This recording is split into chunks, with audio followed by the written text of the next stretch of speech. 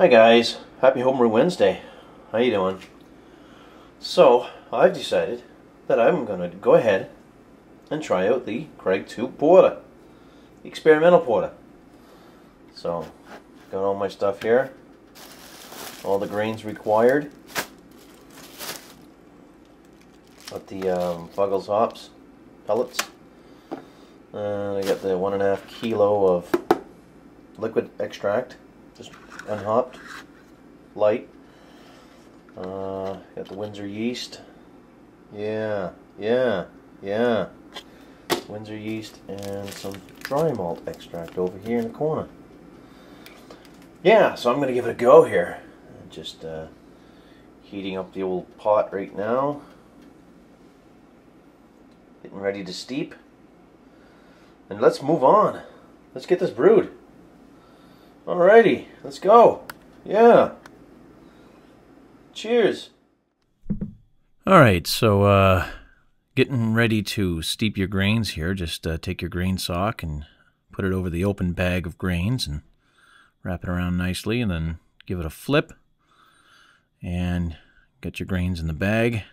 Just remember to take the plastic out, because you don't want to steep that for half an hour or whatever. And there I go. Just gotta wait for the water to get up to heat, and they're ready to steep. Let's carry on. Okay, so grains are going into the pot here. Water's at about 155 degrees Fahrenheit. Just gonna drop them in and just wrap my bag around the handle. And I'm going to set it for 40 minutes on this steep. 40 minutes. So I'm going to let her go and well, see what we got. Give it a little bit of a shake around, you know, and get it in there. Get all the grains nice and wet with the hot water. Just be careful not to let your grain bag sit on the bottom for too long, because it could burn to the bottom. Just kind of try to lift it off a little bit. And we go on to the next step. Okay, so my grains have finished steeping, and just basically I lift the bag out of the water and let it drain for about a minute or two, trying not to shake or move the bag around too much, because I guess that's not a good thing to do. And let it drain out, and then grab a big bowl, a large bowl or a plate, and set it on that.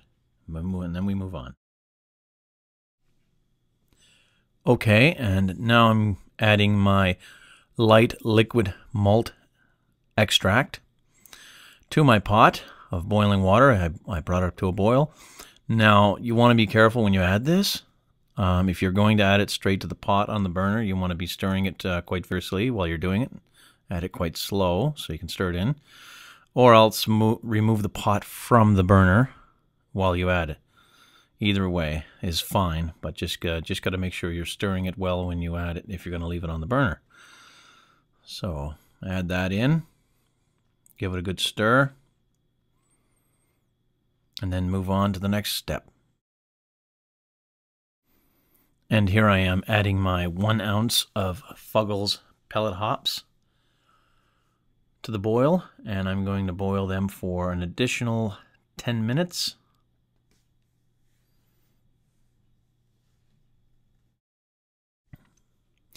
Okay, so now at this point I'm going to flame out, turning the burner off, and I'm going to be adding my 500 grams or 1.1 pound of dry malt extract, light dry malt extract.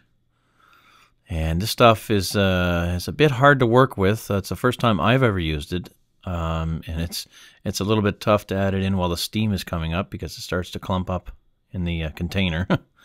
So just basically add it in the best way you can, and give it a good stir. You know, as you can see there, I got some pretty good clumping in the pot, so I had to stir for a good 5 minutes to get all the clumps out. But I do believe I eventually got them all I got them all mixed in. Just took an extra bit of stirring. So, all right.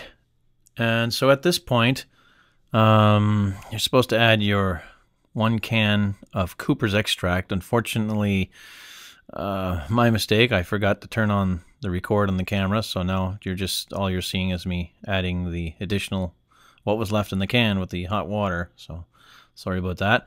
But yeah, I added the one can of the extract and opened it with the opened it upside down with my electric can opener because it works, and gave that a good stir in. And at this point, the heat is off and the wort is slowly starting to cool down slowly. So basically, that's what you want to do. Add it towards the end, so you don't want to boil that stuff too much. All right, moving on. Okay, and so now we've got the wort in the sink, ready to cool it down, or getting ready to cool it down, and either you can use a wort chiller if you have one. So in my case here, I have to use. Well, I don't have one, so I got to use just water and either ice or ice packs. But ice packs is not necessarily a good idea because the plastic, you'd want to be melting a hole through it. So I'm going to add some ice. Okay. And now moving on to the final stage. In the brew closet here, I'm just topping it up with my water. This time I decided to get some spring water, so topped it up with about 3 gallons or a little over 3 gallons of spring water, because the boil ended up being close to 2 gallons, about 1.5 gallons, 1.3 gallons. So I'm just topping it up now and getting ready to pitch my yeast. Okay, and here I am just pitching my yeast. I did rehydrate my yeast in a bowl with a plate over top, and for a good 20 minutes, and I'm just adding it to the wort now and getting it ready to get going. So, and this is what I've got about 8 hours later, approximately. A friggin' blowout. She's as you can see, she's fermenting quite wildly there. So basically what I ended up having to do is take off the airlock and get it all cleaned up and rig up a blow-off tube into a tube. So I'm going to show you that here now.